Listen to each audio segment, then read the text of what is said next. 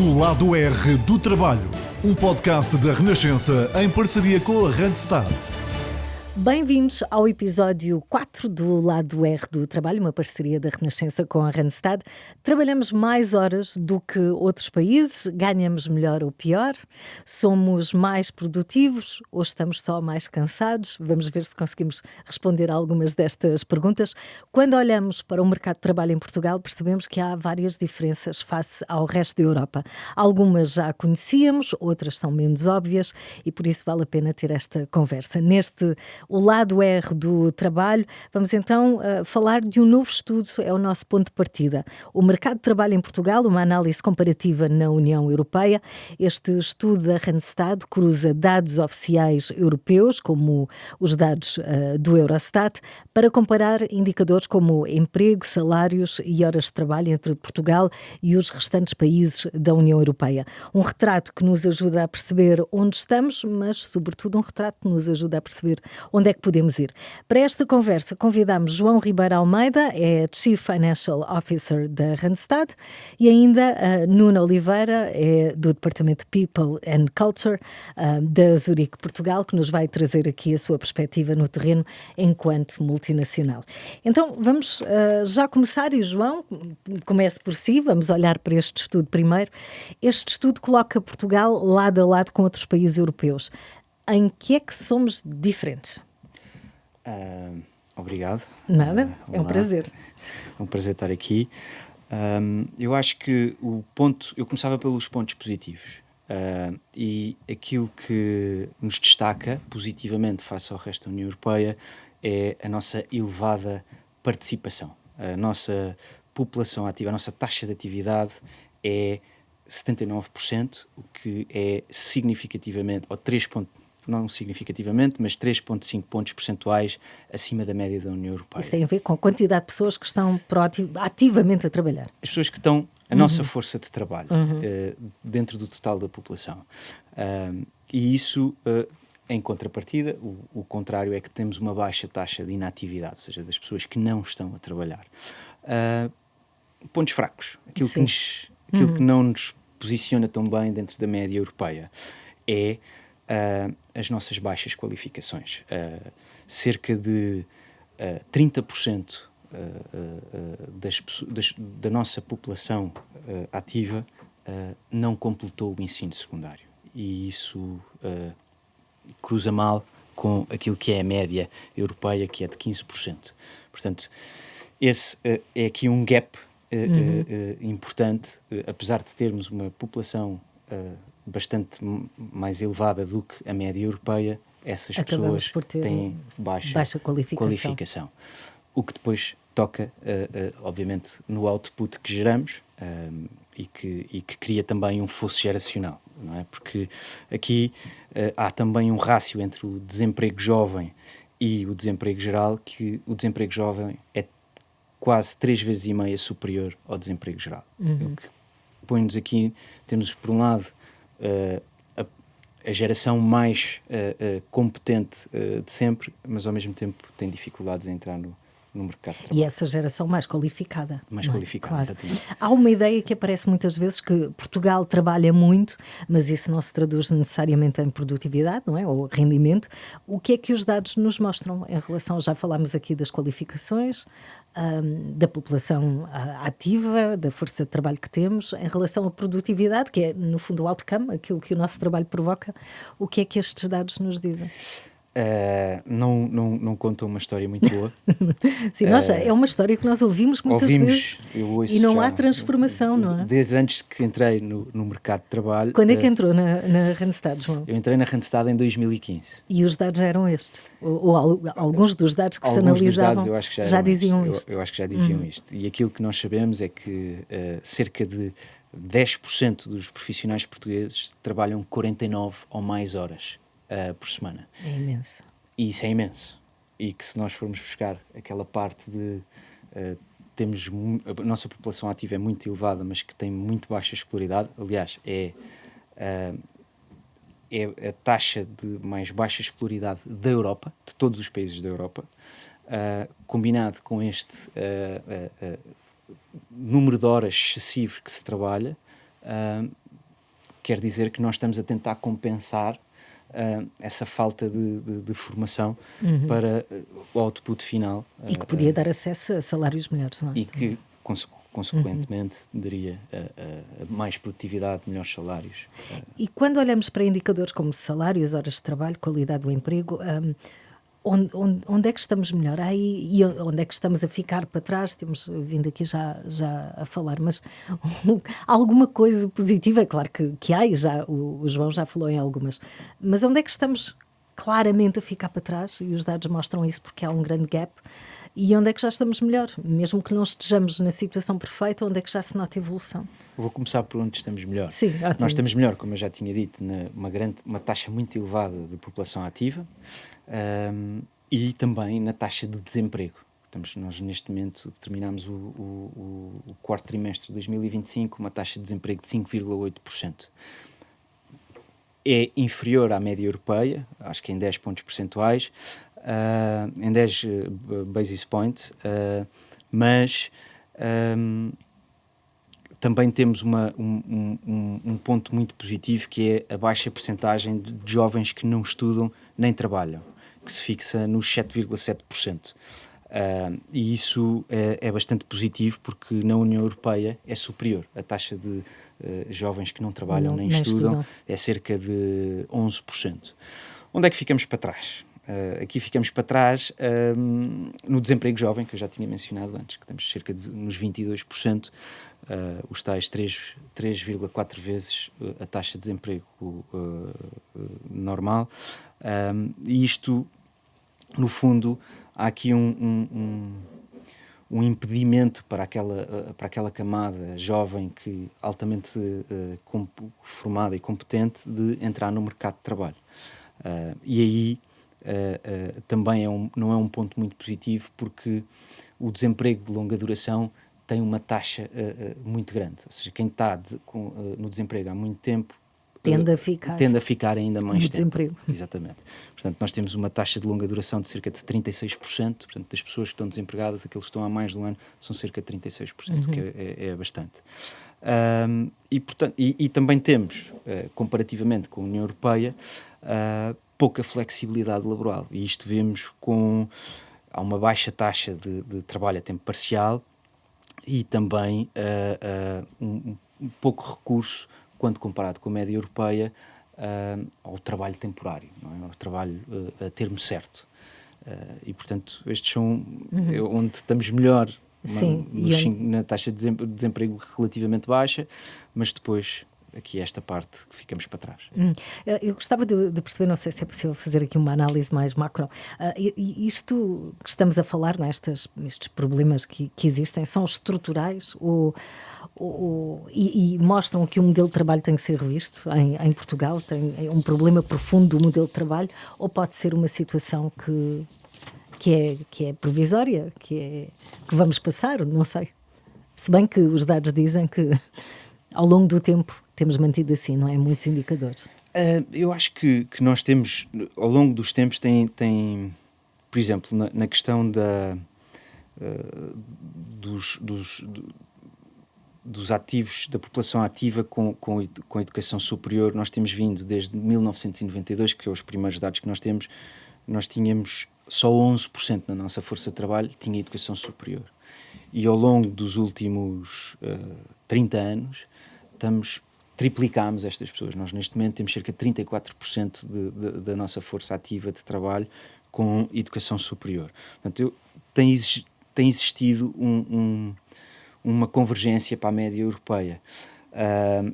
E em muito, e também acho que é muito positivo, que quando nós vamos ver as taxas de atividade da população ativa, quem nos tem levado para esta convergência é uma força massiva das mulheres a entrarem na nossa força de trabalho nos últimos 30 anos, que tínhamos cerca de 59% em 95, e em 2024 passámos para 76% de mulheres na força de trabalho. Portanto, eu acho que esta parte nós estamos a convergir, mas ainda nos falta um Danoninho. Sim, mas estamos no caminho, é um Mas caminho. estamos num caminho. Sim, esta próxima pergunta vou depois fazê-la também ao Nuno Oliveira, do Departamento de Pessoas e Cultura da Zurique, mas gostava de ouvi-lo primeiro, João. Tem a ver com os trabalhadores estrangeiros. Portugal conseguiria hoje responder às necessidades do mercado de trabalho, ou esta força de trabalho já é uma parte estrutural da nossa força de trabalho coletiva? A resposta é não. Não conseguíamos. Mas mesmo assim, ainda é um fenómeno marginal quando comparado com a União Europeia. Nós temos a nossa força de trabalho, cerca de 7% são trabalhadores estrangeiros, a média europeia está acima dos 10%. Portanto, nós, no fundo, a nossa baixa taxa de desemprego, aliada a esta pouca flexibilidade da nossa força laboral, porque ou trabalhamos muito ou não trabalhamos, que é aquilo que os dados nos estão a dizer, porque não existe muito pouco tempo, contrato a tempo parcial, é colmatado por trabalhadores estrangeiros que estão com disponibilidade para trabalhar mais, para fazer turnos, para fazer... E, portanto, nós não conseguiríamos ter a performance económica que temos se não tivéssemos estes trabalhadores aqui a compensar aquilo que é a procura. João, partilha da opinião do Nuno sobre esta questão. Ora bem, a resposta, primeiro, antes de mais nada, e obrigado também pela oportunidade, objetiva, tal como o João também transmitiu, é de que não conseguimos sobreviver sem, enfim, a força de trabalho estrangeira que já temos neste momento, e apesar da mesma ainda ser inferior a 10%, e portanto claramente inferior à média da União Europeia. E isso pode ser visto de vários pontos de vista. Quer dizer, sabemos que este não é um tema pacífico e ele é abordado, eu diria que de prismas muito, muito diferentes, mas de uma forma muito pragmática. Nós somos um país essencialmente de serviços, e grande parte destes serviços são prestados por um conjunto diversificado de perfis, entre os quais a força de trabalho estrangeira tem aqui um peso muito significativo e sem o qual não conseguiríamos ter a mesma capacidade de resposta ou, pelo menos, apresentarmos uma capacidade de resposta como aquela que apresentamos hoje, e seria subejamente pior se não pudéssemos contar com eles. Isso tanto é válido para funções mais generalistas, permitam-me assim a expressão, como para funções mais especialistas. Porque pela dimensão do nosso país e no mercado de trabalho que é visto cada vez mais de uma forma global, não temos uma fábrica permita-me a expressão, uma fábrica de talento. Sim. Que consiga dar resposta a todo um conjunto de competências específicas que são cada vez mais requeridas também nos diferentes setores de atividade. E olhando para a realidade da Zurique Portugal, estas diferenças que o estudo aponta sentem-se na prática no dia-a-dia. A Zurique é uma empresa multinacional. O que é que dizem estes dados? Esteve a ouvir o João durante algum tempo. O que é que dizem estes dados agora aplicado à realidade de Zurique, Nuno?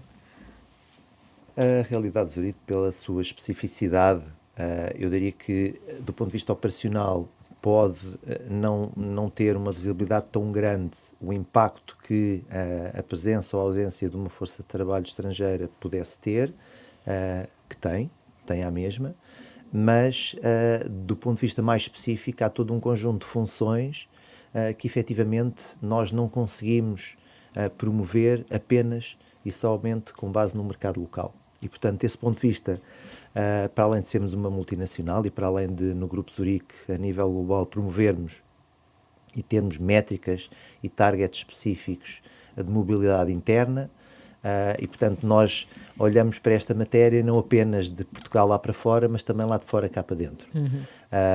Até porque, seja pelo um conjunto de competências, seja numa perspectiva de progressão de carreira, é claramente algo que não só medimos ativamente, como promovemos, porque esta é, entre outras, uma das formas que temos de conseguir reter o nosso melhor talento dentro do grupo, independentemente da unidade de negócio do país em que atuamos. Portanto, esta questão de trabalhar muito, trabalhar intensivamente, não se coloca, de medir a produtividade por horas de trabalho.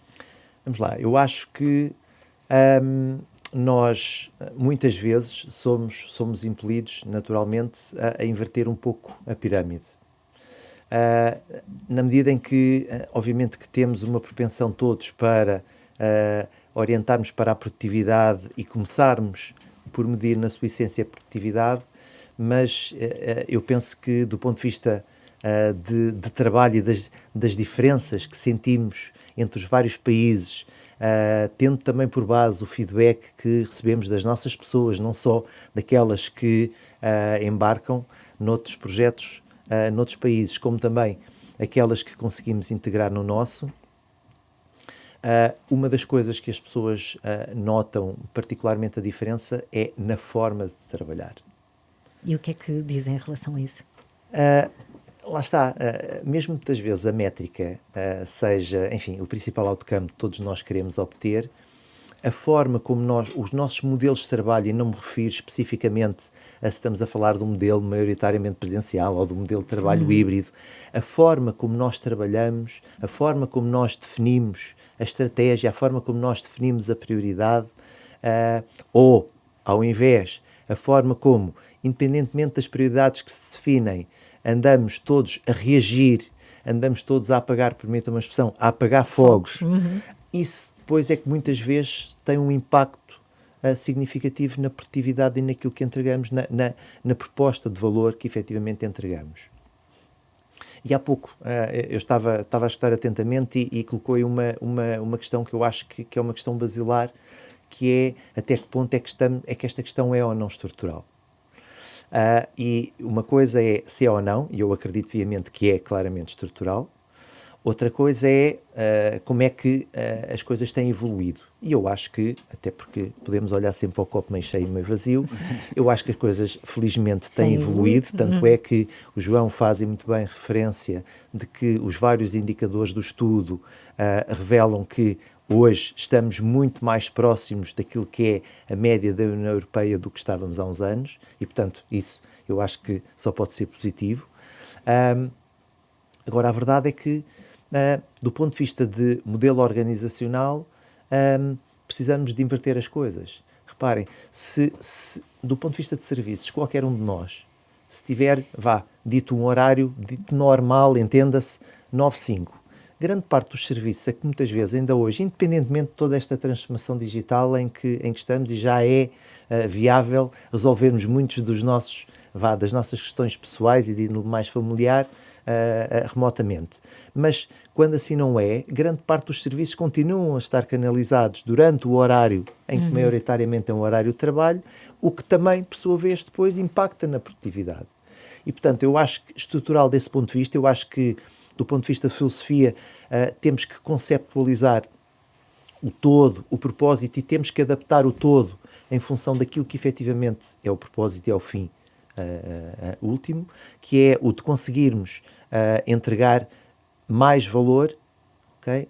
E é aquela lapalice do entregarmos mais ou mesmo com menos. Não é necessariamente com menos, porque numa altura em que também se fala do esforço, e uma das questões que salientou era se trabalhávamos mais horas. Eu acho que o estudo também evidencia isso, que infelizmente para todos nós sim, trabalhamos mais horas para às vezes entregar o mesmo, o que significa que do ponto de vista estrutural há um conjunto de oportunidades que ainda, em relação às quais ainda podemos melhorar. E nota isso no contexto de Zurique?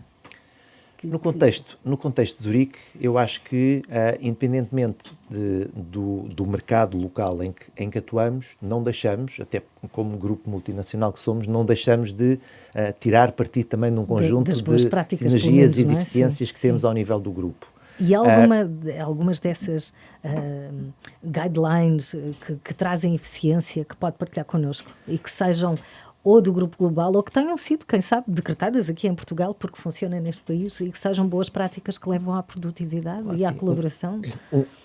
E terminou exatamente como eu ia começar, a palavra colaboração, porque muitas vezes, aqui relativamente ao Grupo Zurique, eu acho que não nos limitamos a parecer, atuamos efetivamente como uma multinacional.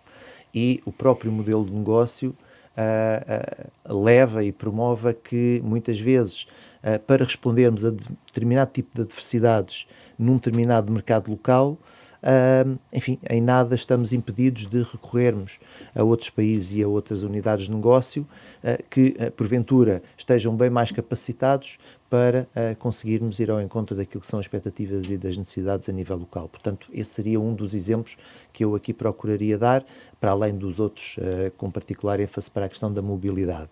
Depois temos sempre uma outra dificuldade, e que eu acho que, apesar de não ter sido um dos indicadores específicos do estudo, eu creio que outra das forças motrizes que acaba por impactar na maior facilidade ou dificuldade de atrairmos talento de outros mercados para o nosso próprio país, que é, nos últimos anos, o custo de vida, a forma como evoluiu em Portugal, também se aproximou muito da média da União Europeia, sem que, se calhar, em termos salariais, tínhamos conseguido fazer evoluir as coisas exatamente na mesma proporção.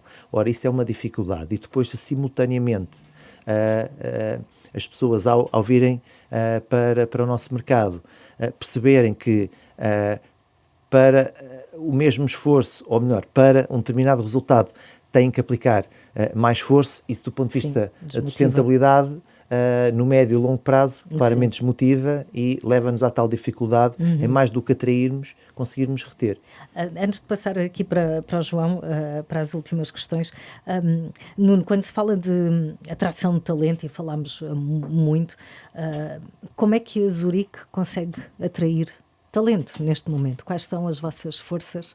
Também para quem nos está a ouvir de outras empresas poderem ter aqui algumas boas práticas, claro que sim, do terreno. Bom, antes de mais, eu acho que continuamos, felizmente, isso, porque, mais uma vez, independentemente das práticas do grupo, eu acho que Portugal, Lisboa, Porto, as principais cidades do país, estão hoje nas bocas do mundo, e são muito poucos.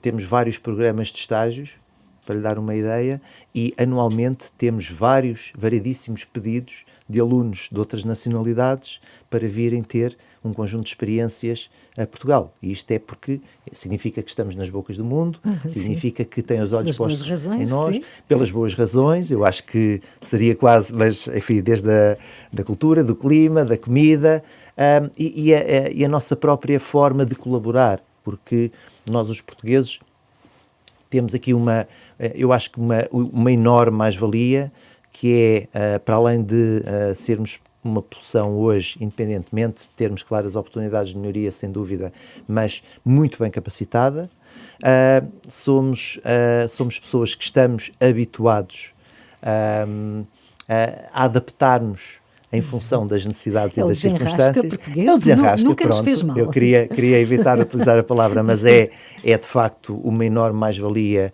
principalmente em determinado tipo de momentos de stress. E é valorizado. E é particularmente valorizada. Sim. Agora, a questão do desenrasca deve ser vista numa perspectiva ocasional, não numa perspectiva de longo prazo. E é aí que eu acho que muitas vezes, falhamos. Temos margem de melhoria. E, portanto, claramente, temos a questão do clima, porque hoje em dia já se torna mais fácil também darmos muita visibilidade a determinados projetos que são criados e desenvolvidos a nível local, e dar essa visibilidade também nos outros países, que é um dos aspectos particularmente importantes na lógica de atrairmos talento, principalmente talento de outros países. Do ponto de vista de escolas de negócio, temos proliferado imenso também, e temos já várias universidades, já várias escolas de negócio a competir claramente nos rankings a nível mundial, e, portanto, toda essa vertente eu acho que temos conseguido desenvolver de uma forma muito positiva a parte da atração do talento. Do ponto de vista mais de infraestruturas, eu acho que temos, mais estrutural, eu acho que temos que desenvolver ainda um conjunto de aspectos para conseguirmos reter o talento que já conseguimos atrair. Gostava de vos ouvir os dois sobre o que é que deve mudar nas empresas portuguesas para se aproximarem das melhores práticas portuguesas, das melhores práticas europeias, não é? Isso que o estudo acaba por trazer. João, se calhar para começo de conversa e antes de ir a esta pergunta, Portugal está a aproximar-se das médias europeias ou estamos a acentuar as diferenças? Eu acho que já houve aqui um caminho feito, já falámos dessa evolução. Agora, aí há alguma bandeira vermelha ou amarela, vá? Eu acho que já temos vindo a dizer, estamos a convergir para a média europeia. Isso é bom, estamos num bom caminho. Estamos a fazer um caminho, mas temos aqui alguns fatores estruturais que nos impedem de lá chegar, não é? Eu acho que, se nós olharmos para as economias da Europa mais desenvolvidas e com maior produtividade, são economias que têm uma flexibilidade laboral que nós estamos longe, é onde nós estamos mais distantes da Europa. Se formos para o norte, centro da Europa, os contratos a tempo parcial são quase 30%. E nós não temos essa mentalidade. E nós não estamos lá. E o que é que acontece? Isto faz com que... E depois temos outro fator, que é os jovens altamente qualificados, com mestrados, quando querem entrar no mercado de trabalho, vão contra uma taxa de desemprego de cerca de acima dos 20%. Portanto, quando nós olhamos para isto, temos em Portugal uma dificuldade de entrar para aquelas funções de início de carreira, onde se vai experimentar, ou quando estamos na faculdade e podemos estar a adquirir algum conhecimento prático, não o conseguimos fazer, é muito difícil. E depois, os jovens hoje não têm barreiras na Europa. Aliás, não existem barreiras geográficas, portanto... é difícil para mim começar a trabalhar no meu país, mas rapidamente consigo ir encontrar um emprego e mesmo tirar um mestrado num país na Europa, porque não, onde vou provavelmente ter salários mais altos, já aqui ao lado em Espanha ou mesmo na Holanda, porque é que eu cá de ficar? E depois, estruturalmente, nós cá temos um problema, que é a maior parte da nossa força, ou 1/3 da nossa força de trabalho, tem baixas qualificações. Portanto, estamos a formar talento muito qualificado, que não tem incentivos a ficar cá, e depois, ao mesmo tempo, a nossa força de trabalho é alta, não tem tanta qualificação. Portanto, as pessoas estão a esforçar-se mais, quem está cá a trabalhar, estão a trabalhar as tais mais de 49 horas por semana. Portanto, temos aqui, enquanto nós não trouxermos esta flexibilidade laboral de promover os trabalhos em part-time, ter mais utilização de contratos, não ver os contratos a termo certo como algo como precariedade, nós... Sim, porque o talento está a pedir isso, não é? Exatamente. E o próprio mercado, as empresas pedem isso. Então já temos agilidade. Aqui algumas medidas, não é? Mais contratos a tempo parcial, flexibilidade nos modelos de trabalho, mais trabalho remoto, salários mais altos, mas pronto, não vamos entrar por aqui. O estudo não fala em salários mais altos. Sim, nós não fala. Somos nós já aqui da conversa. Nuno, alguma coisa que possamos acrescentar aqui em relação a medidas concretas? Pegar precisamente nessa questão dos salários. Os salários devem ser um resultado, um resultado de tudo o resto. De modelos de gestão muito mais integrados e muito mais orientados com o propósito que deve definir tudo o resto. Muito alicerçado pelas lideranças que devem ter muito mais do que um papel de controle, um papel de suporte, um papel de promover e de desenvolver o tal talento, facilitadores da tal produtividade, e que depois isso aí sim culmina com o tal salário. Eu estou completamente de acordo com estas observações que o João estava a partilhar, porque, reparemos, queixamos, enfim, é uma observação factual que uma parte muito significativa ainda da nossa força de trabalho não tem determinadas qualificações. Qual é a capacidade da generalidade dos portugueses que, enfim, teve que começar a trabalhar há 10, 20 ou mais anos, e a determinada altura do seu percurso profissional quer ou passar a conciliar com o trabalho, e quer dizer, tendo em conta a média das 49 horas, eu diria que o dia não estica, né? São 24 horas e convém as pessoas dormirem um pouco, para além de terem que se focar igualmente, a tal importância do equilíbrio, de conseguirmos conciliar as coisas. Portanto, lá está, daí a questão da estrutura e toda esta conceptualização. E depois, simultaneamente, cada vez menos, e é isso eu acho que temos vindo a aprender bastante com as gerações mais novas, que dão, quiçá, uma importância completamente diferente a esta história do equilíbrio, que enfim, eu ia dizer que nós, mas enfim, Sim, que as outras gerações não deram. E de facto, desse ponto de vista, termos políticas mais flexíveis, quer relativamente, e aí os modelos de trabalho híbrido, e na Zurique, claramente, desde 2021 adotamos e continuamos a defender que o modelo de trabalho híbrido não só é aquele que vai mais ao encontro daquilo que as nossas pessoas dizem, como também é aquele que claramente acreditamos que dá uma melhor resposta para toda esta conciliação, sem descurarmos as nossas responsabilidades para com os nossos stakeholders, mas não é só no local em que estamos a trabalhar. O termos ainda horários de trabalho muito rígidos que dificultam a tal conciliação com outras situações que, do ponto de vista de serviços, não temos a disponibilidade numa janela horária como a que precisaríamos.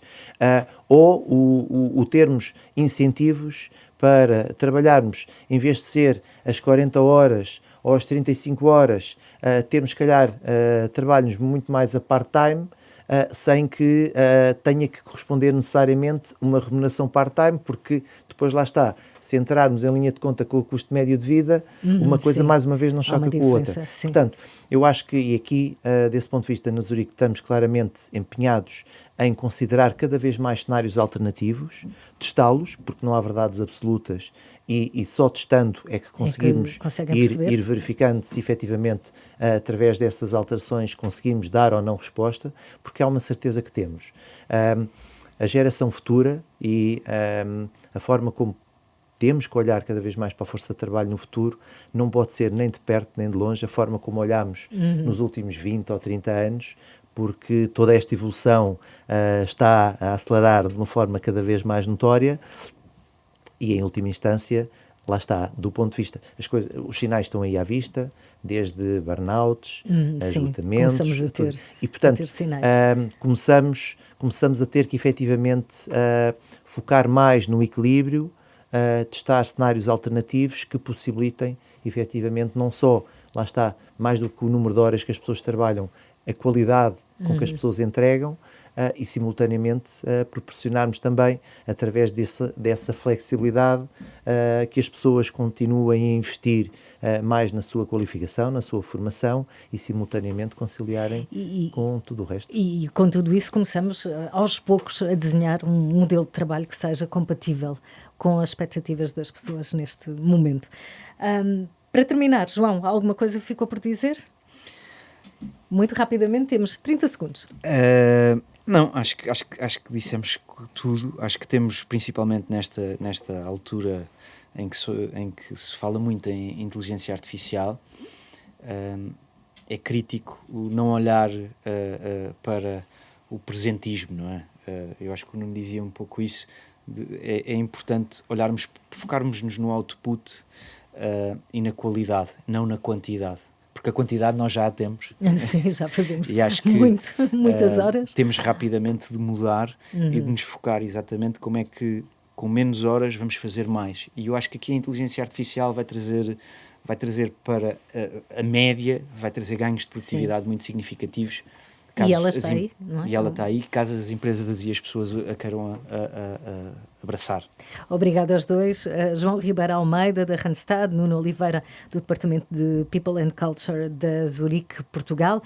Comparamos Portugal com a Europa, comparar é importante, só faz sentido se nos ajudar a mudar. Este estudo, o mercado de trabalho em Portugal, uma análise comparativa na União Europeia, mostra-nos onde estamos no contexto europeu e talvez nos faça colocar aqui uma pergunta que nós colocamos ao longo destes minutos. O modelo de trabalho que temos hoje é aquilo que queremos e que devemos ter para o futuro?